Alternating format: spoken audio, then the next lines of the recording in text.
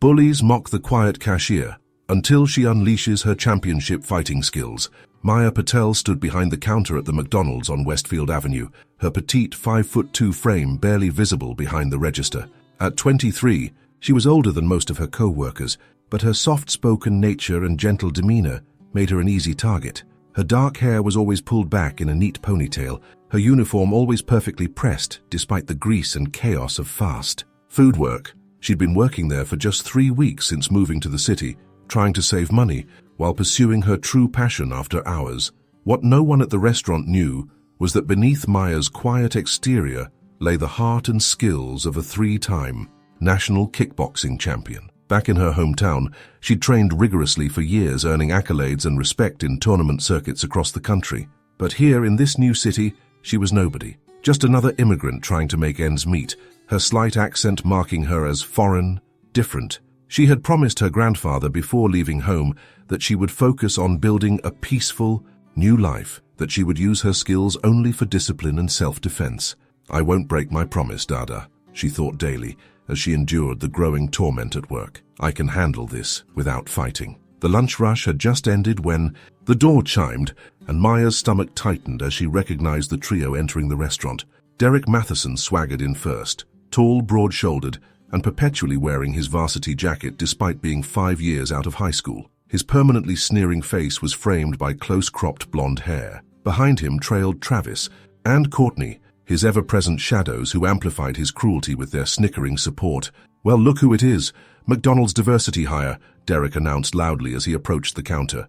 Maya kept her eyes down, hoping her shift manager Brad would step in. But as usual, Brad suddenly found something fascinating to do in the back office. "Hello, welcome to McDonald's. May I take your order?" Maya asked, her voice steady despite the knot forming in her throat.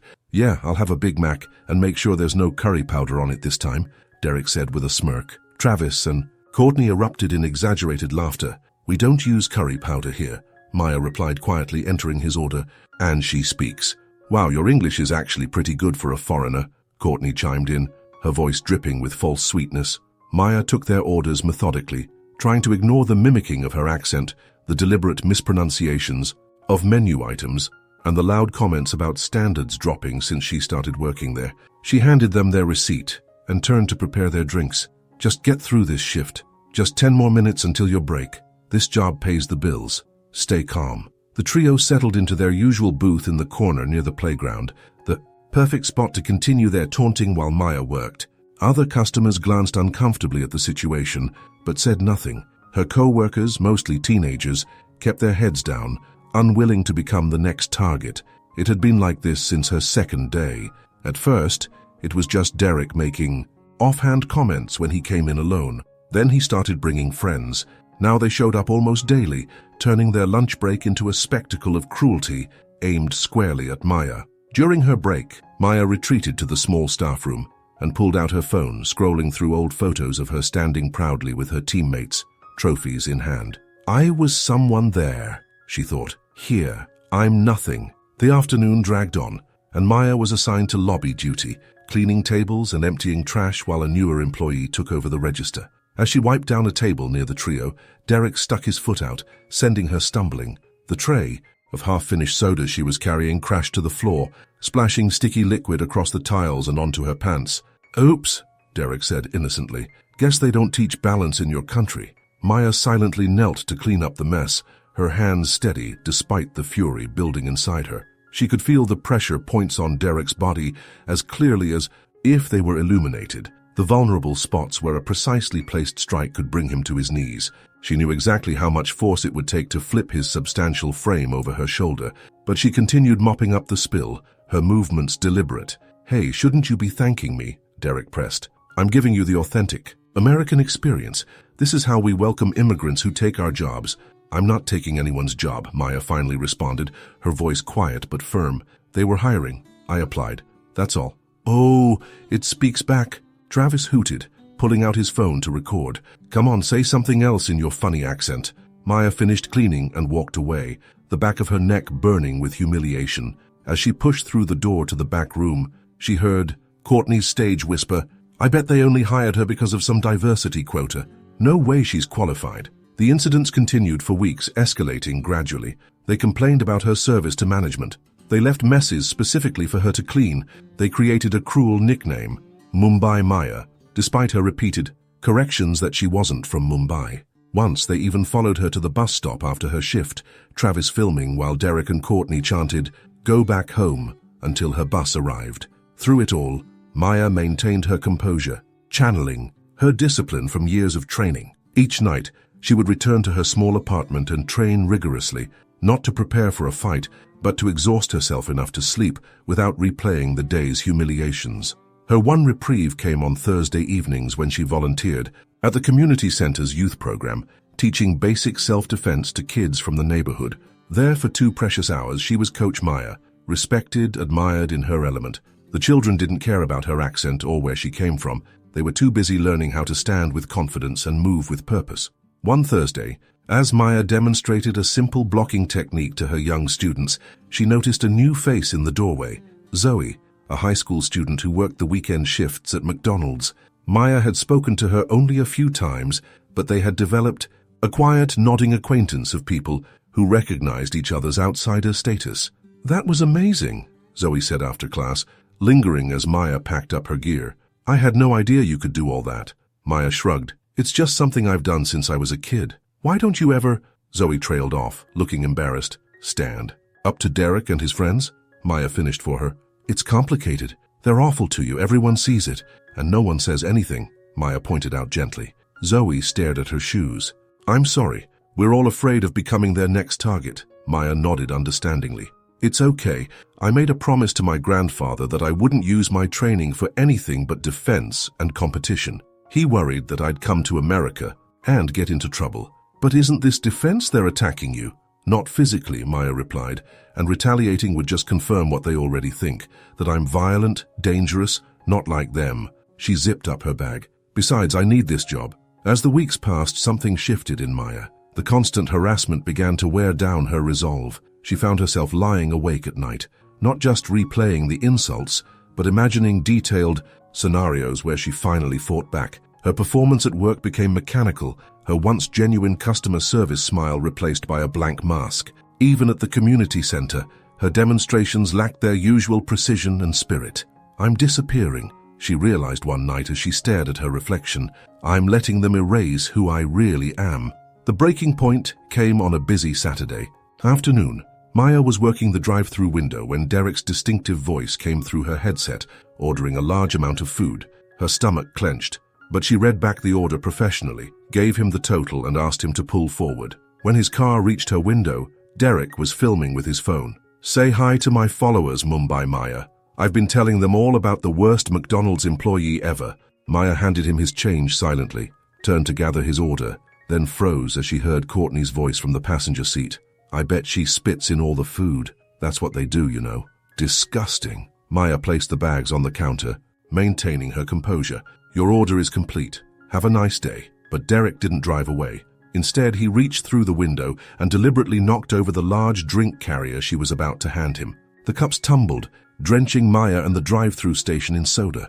"Oops," he said with exaggerated concern, while Travis howled with laughter from the back seat.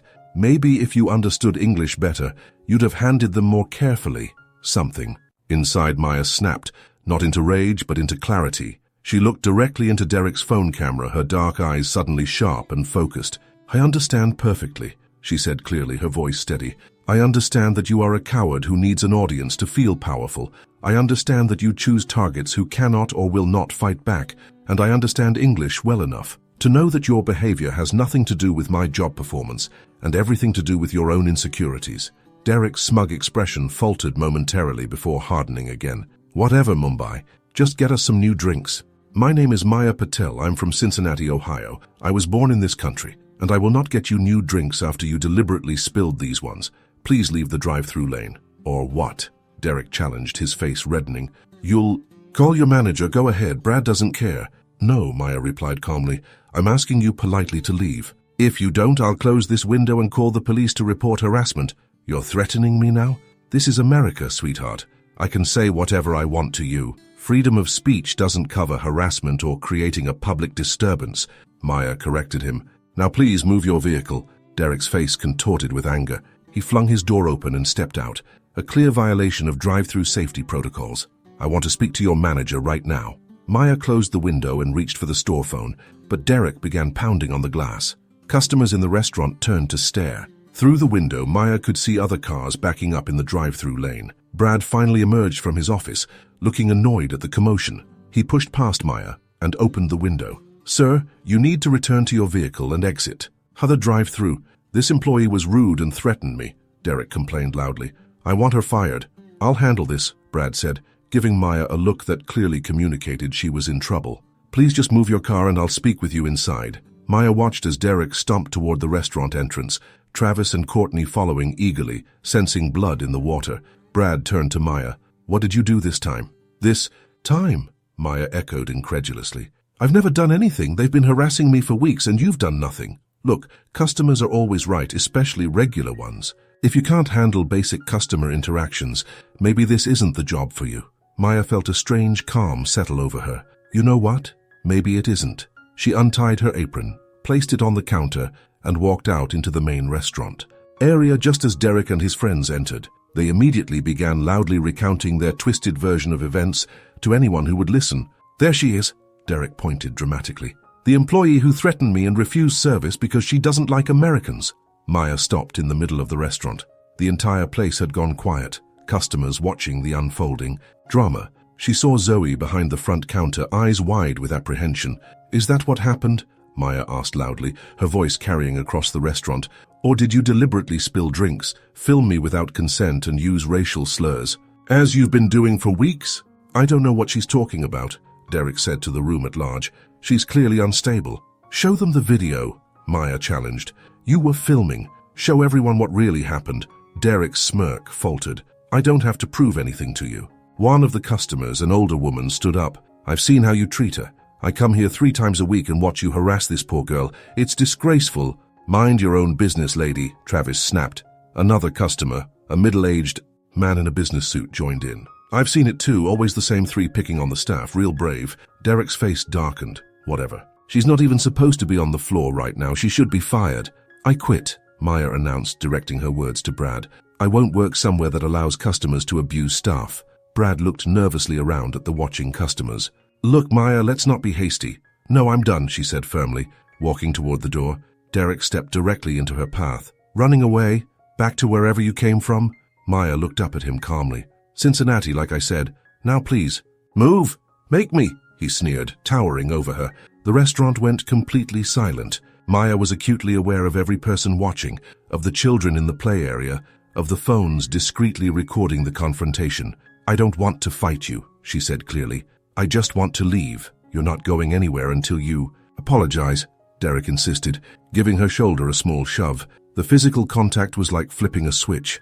Maya's stance shifted subtly, weight balanced, hands relaxed but ready, eyes focused.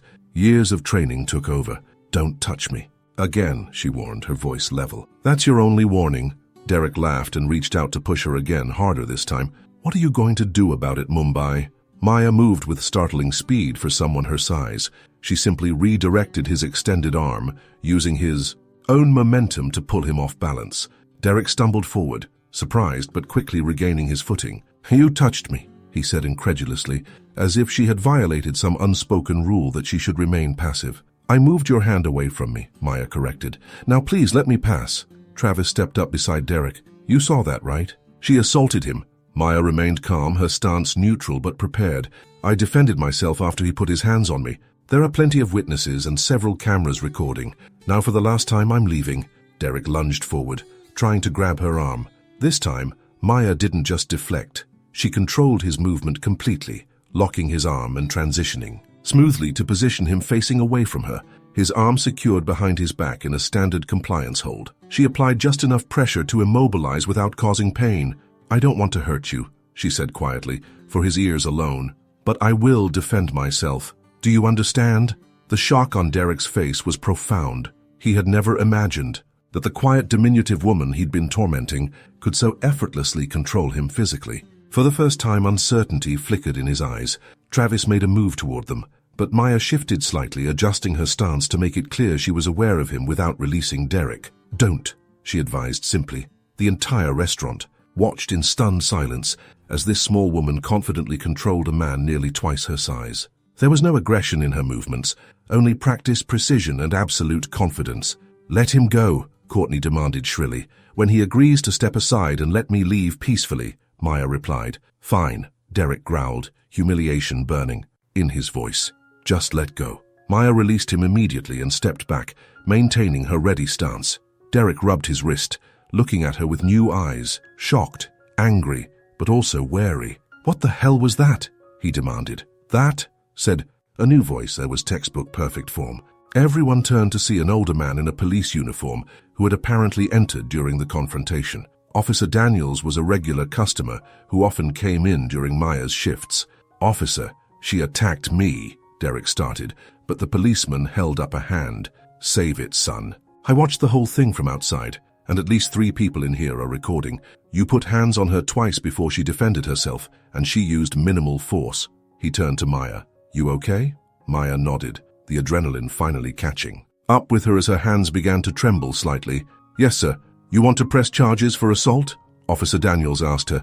Maya looked at Derek, who was now visibly nervous. "No," she said after a moment. "I think we're done here." The officer nodded approvingly. "Smart. Less paperwork for everyone." He turned to Derek and his friends. "You 3, however, are trespassing if the management wants you gone, which I'm guessing they do after that display." Brad, suddenly finding his backbone, stepped forward. "Yes, they're banned from the restaurant." Officer Daniels gestured toward the door. "Then it's time for you to leave. Now," as Derek and his friends slunk toward the exit, escorted by the officer, the restaurant erupted in spontaneous applause. Customers Maya had served for weeks without acknowledgement were suddenly approaching her, offering support and commendation. "That was amazing," one teenage girl gushed. "Where did you learn to do that?" "I've trained in martial arts since I was 6, Maya replied, still processing what had just happened. Brad approached awkwardly. "Look, Maya, if you want to reconsider quitting, I appreciate the offer." She cut him off politely.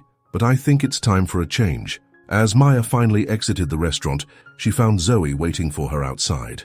"That was the coolest thing I've ever seen," Zoe said, falling into step beside her. "Everyone's talking about it already. Derek's trying to say you attacked him unprovoked, but there are like 5 different videos proving otherwise." Maya sighed. "I didn't want it to happen like that. I promised my grandfather I wouldn't fight."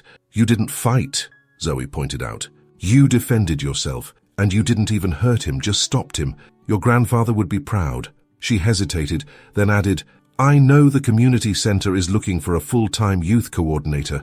With your skills, you'd be perfect." Maya considered this as they walked. She had spent weeks diminishing herself, trying to be invisible to avoid conflict. In those few moments of standing her ground, she had reclaimed something essential, not through violence but through confidence and skill. 2 days later, Maya sat across from the director of the community center, discussing the youth coordinator position. The salary was better than McDonald's, and the job would allow her to close her real talents. "I've seen you with the kids in your self-defense class," the director said. "They respect you. But after what happened at McDonald's, yes, everyone's seen the videos, I have to ask, how do you plan to teach conflict resolution when you yourself resorted to physical means?" Maya met her gaze steadily. "I would teach them exactly what happened. I used words first. I tried to walk away, I warned clearly. I used minimal force only when physically threatened, and I didn't escalate beyond what was necessary to ensure my safety. Most importantly, I didn't let fear keep me silent." The director smiled and extended her hand. "Welcome aboard, Coach Maya." The months that followed, Maya's self-defense classes at the community center grew enormously popular, particularly among young women and others who often felt vulnerable in public spaces. She taught them not just physical techniques, but the confidence that comes from knowing you can protect yourself if necessary. One evening, as she was locking up after class, she was surprised to see Courtney waiting outside the building, alone, and looking uncomfortable. "Can I help you?" Maya asked cautiously. Courtney shifted nervously. "I wanted to, I don't know, apologize, I guess, for everything at McDonald's." Maya studied her curiously. "What brought this on?" "Derek and Travis are still telling everyone you attacked them unprovoked," Courtney admitted. "But I saw all the videos, everyone did. I knew what we were doing was wrong, but I went along with it because—" She trailed off. "Because it wasn't happening to you," Maya finished for her. Courtney nodded miserably. "I've been thinking about it a lot. The way you handled yourself that day. You could have really hurt Derek if you wanted to, but you didn't. That took more strength than what we did." Maya considered this. Apology accepted, is that all? Courtney hesitated. Actually, I was wondering if I could join your self-defense class. Maya raised an eyebrow in surprise. I know it's weird, Courtney rushed on, but watching you that day made me realize how helpless I'd be if someone ever treated me the way we treated you. I don't want to be afraid. Maya thought about her grandfather's words about using her skills to help others. She thought about the cycle of fear and bullying, and how differently things might have gone if Derek had understood the consequences of his actions before that day. Class starts at 6 on Tuesdays and Thursdays, she said finally. Don't be late. Courtney's eyes widened in surprise. Really? Just like that? Everyone deserves a second chance, Maya said, and everyone deserves to feel safe, even former bullies. As Courtney walked away, Maya reflected on how much had changed in a few short months. She had gone from hiding her strength to teaching others to find theirs. The confrontation at McDonald's hadn't defined her. Her response to it had. I kept my promise, Dada, she thought as she headed home. I didn't fight. I defended. Not just myself, but what was right. And in the end, that had made all the difference.